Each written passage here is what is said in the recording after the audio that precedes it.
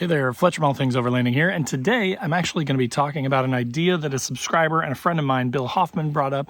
He sent me a message the other day and told me a story about a trip that he and his wife were on and some issues that they had with compatibility between things. So he said, hey, this would be a great idea for a podcast, and I said, you're right, I love that idea. I'm going to make a podcast about, testing your stuff, making sure that you've got compatibility between all of your gear, that you've got redundancy within your gear, because if you get out in the middle of nowhere and you have issues, you may not be able to resolve them, and finding out in the middle of nowhere or on a really long trip is not the best place to do that. Today we're going to be talking about that. So if you want to learn more about compatibility, how to avoid headaches because your gear isn't compatible or you don't have a backup or redundant plan in place, stay tuned.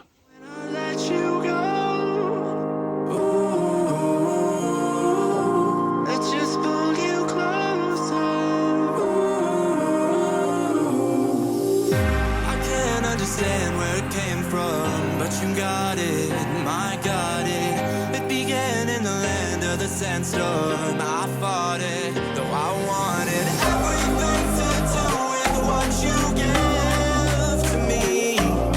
Loosening my grip. All right, guys, so as I mentioned in the intro today, I'm talking about a subscriber mentioned video idea, which is issues with compatibility. And I've done a lot of gear videos. I've talked about a lot of pieces of gear, and very often I have people come up and ask questions in the comments of those videos saying, hey, that power bank that you have, does it work with this solar panel? Or, that pan that you got, or that cooking system that you got, does it work with this type of stove? So, there are a lot of questions. There are a lot of different manufacturers of gear. There's a ton of different types of gear that you can buy out there. So again, if you get out in the middle of nowhere and something breaks or gets damaged or lost, I've lost my Apple Watch for the last month. I just found it. It was in the pocket of my chair. That's not exactly a compatibility issue. But what I wanted to show with that is that things do get lost, right? You do go out in the middle of nowhere and you do sometimes have issues where, you may not be able to find something that you need. So you need to have some sort of a redundant backup or know where to get one, and that you can get one if you need it. Let me start by telling Bill's story that he sent me, because it's a pretty interesting one and it really illuminates the point that he, made to me that then generated this idea for a podcast. So Bill and his wife are out on a trip of relatively long term. They have one of the Jetboil half packs. So it's basically like my Jetboil Genesis, but with, instead of two burners, it's one single burner. And that thing comes with apparently, and I know this now because Bill told me, the pan that comes with it by default is a 9-inch pan. If you bought pans before and things like that, the kind of standard size for a, just like a skillet type cook pan is about 10 inches. So they actually were out on this trip and they damaged somehow their 9-inch pan. They got a hole in it or something. It got smashed between something and it got damaged. So they couldn't cook their food, right? So they were like, hey, we're nearby to a town. There's an REI there. We'll go there and we'll try and buy a new one. So they show up there, and of course, all they have are 10-inch pans. So then they're like, well, what do we do? And REI is like, well, we have it online. We just don't carry it in stock in the store. So they would have had to go online, spend some money, order it, but obviously they can't have it shipped to the middle of nowhere when they're out on a trip, right? They had to have it shipped to their house. So I'm sure that they ordered one. They probably resolved the problem by ordering the correct pan, but in that trip, it kind of made it inconvenient for them, because they're like, well, shoot, now we're either gonna have to buy a bigger pan, carry it separate from this, because if you know anything about the Jetboils, all that stuff folds down into like a bag. So it all fits into like one carrying bag. So then they're just like, we're gonna have to clean this thing, keep it separate somewhere else.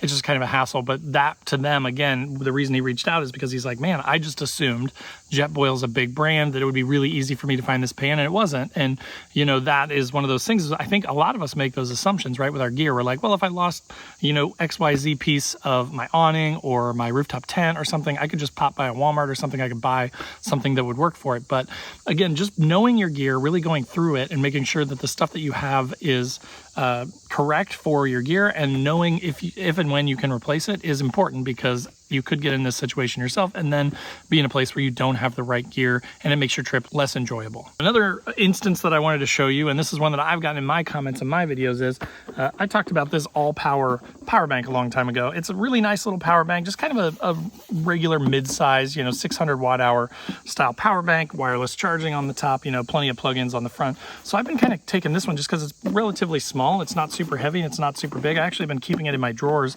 and using this just for simplicity's sake to charge up my phone, my Apple Watch, my drone batteries, any camera batteries, that kind of thing. I'm just using this because it has a built-in inverter, right? It's super easy. Plug everything in and you're good to go. However, One thing, and I've gotten this question quite a few times from people now and answered it every time over and over again, is can you charge it off your Browie solar panel? So I also did a video on this. I'll put a card up to this, but it's a portable fold-out 120-watt panel. It's a really nice little panel, and it comes with a million different options for charging plugs, right? So it's got all these different millimeter plugs from, you know, little teeny tiny up to big, huge plugs. And in most power bank situations, this would work. And again, I'm sure that that's why they include it, right? Is because a lot of standard power banks include just some sort of like a XYZ millimeter plug. And then you just have to find the right size plug, connect it to your solar panel, and boom, you plug it in and you're charging. However, the All Power, and I didn't know this until afterwards, has this sort of proprietary style plug. And that's not one of the options with the Browie. So again, I've had multiple people say, hey, I saw that All Power thing and I saw your Browie video, and those look really cool and they're pretty budget priced, and I kind of want to pick them up. Would that be a good combo to have?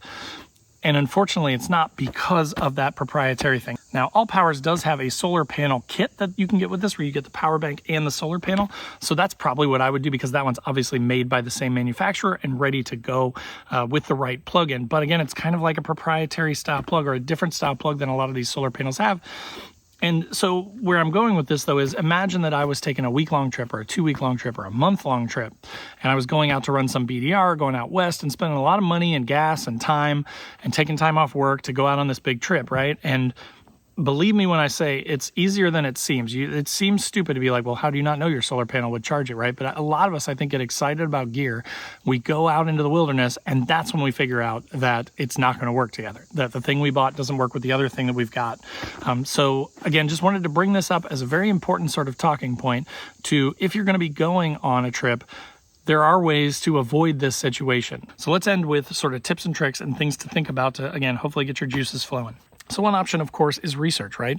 A lot of you have already done this. When you reach out to me in the comments of a video like this, if I've got both those products that you want, I'm going to do everything in my power to test that and make sure that it does work the way that you hope that it does or think that it does, right? So definitely when you're doing this stuff, do your research, right? And not in the way that people talk about doing your own research on political topics and things like that, but like actually go to YouTube, learn about it, confirm that people have made X and Y work together, confirm the size of the plug. So let's say that my All Powers did have like a 9mm plug or something. I'm just making that number up. But if it had a 9mm plug, then obviously you want to go look at that solar panel that you're going to get. And if it has a number of plugs, you want to make sure that one of those is a 9mm, right? And again, I know this sounds stupid, but a lot of people look at that solar panel and they go, well, it's got a whole bunch, it's got a whole range. It's definitely going to have one that works, right? But what if it had a 7, 8, 10, 12, and 14?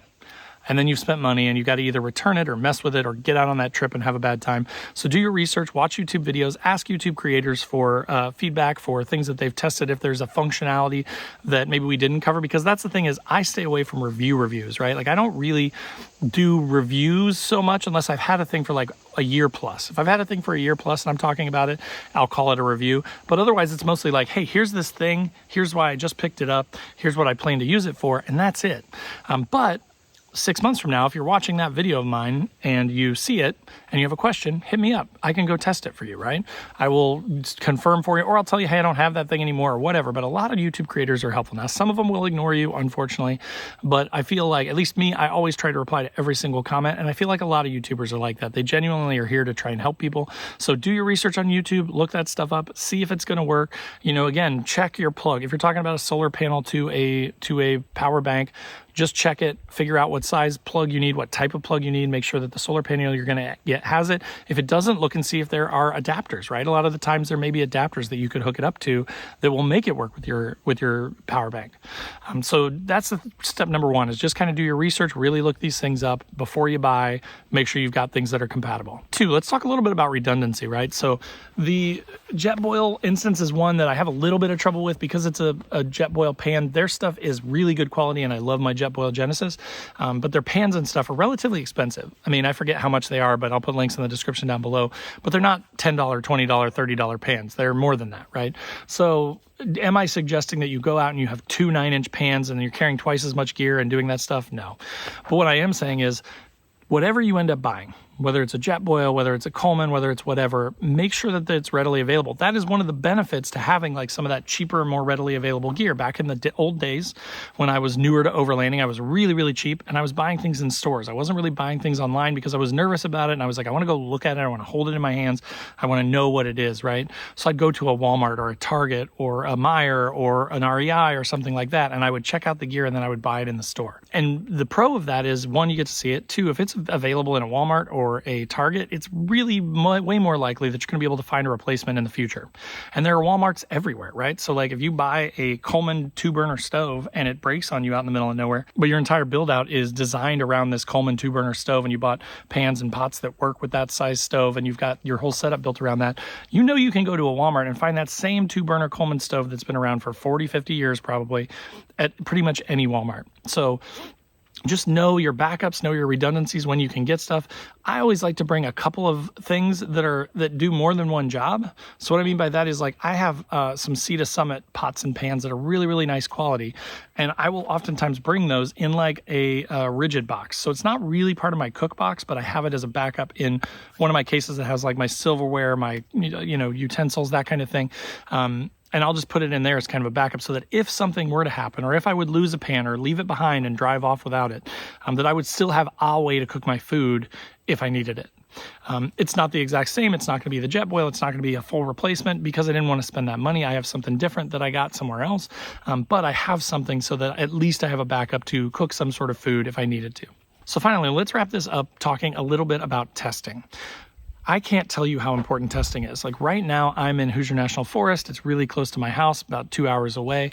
I have a trip coming up in 2 weeks, which is going to be the core trip, which is 10 plus hours away to the Upper Peninsula of Michigan. I'm going to be up there for 5 consecutive days, so it is a little bit longer trip. I'm also going to have my wife with me. There's going to be a bunch of people around, so I don't want to look like an idiot, right? I don't want to get up there and be like, can I borrow a pan because I forgot it? Hey, I forgot my poles for my tent, and now it's raining and rain is coming into my tent.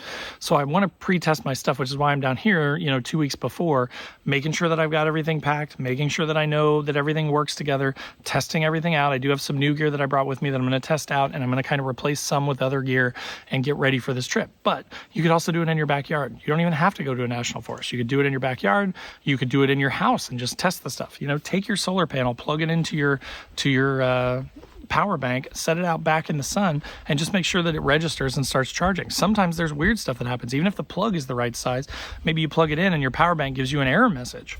Again, you'd rather figure that out when you're closer to home than when you're out on a trip, out on a trail somewhere. So again, solar panels are a really easy one to talk about. The same could be said for a number of things. First aid. I have a few first aid kits, but I'm not a paramedic. So, just having the first aid is nice, but then knowing how to use it is also really nice. So spend some of that off time. Again, I've got a couple weeks here before this trip comes up. Watch some videos about basic first aid, right? Go online and take some courses. There's a number of ways that you can do this. Go to some expos and go to classes, right? You can learn about how to use this gear better.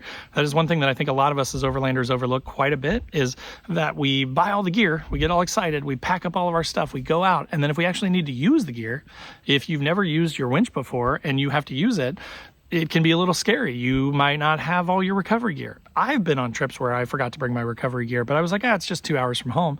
And then you get stuck in a weird place that you never expected to get stuck, right? So again, just be prepared, educate yourself, and test your stuff before you leave. All right, so that's going to do it for this episode of the podcast. I hope that was helpful for you. Thanks again to Bill for the suggestion for the topic. I think it's a really good one, and I think that a lot of people, especially newer folks to overlanding, it would be beneficial for you to think about this stuff, again, before you go buy a bunch of stuff or go on a really long trip. As always, in the description down below will be links to all my social channels, so wherever you want to come hang out, I'd love to have you. There's also a link to my website where I've got funny overlanding camping themed patches and stickers, things like I hate people so I camp, or F people, let's go overlanding, or my all things overlanding badge, patch and stickers. So again, anything that you're interested in to slap on your fridge, to put on your headline or wherever, definitely check those out. Also, if you're watching on YouTube, below this video will be a join button. That's just kind of a passive way to support the channel. You get early access to the videos and a couple other perks. So if you're just looking for a way to say, hey, thanks, I really enjoy the content, that's a good way to do it. And it also gets you some perks. If you want a more active way to support the channel, there is also a link to my Patreon page where we've got a 24/7 Discord. We chat in there all the time about gears and rigs and things like that. And then we also do a once a month Zoom call, and we're doing 1 or 2 trips every year too. So we're trying to get together in person, which is a lot of fun. And then finally, there is a link to the Newbie Overlanders Facebook group. This is a totally free group to join, one that I run that's got almost 20,000 people in it now, and it's growing all the time, but it's different from the big groups because there's no bullying. If you're going to be a turd, don't come. We're going to kick you out anyways. But just come and be helpful, right? Come and be helpful. If you're newer, come and ask questions. That's what it's there for, and we all want to help each other avoid problems like the ones I mentioned in this episode. So again, thanks so much for watching. Thanks for listening, and we'll see you next time.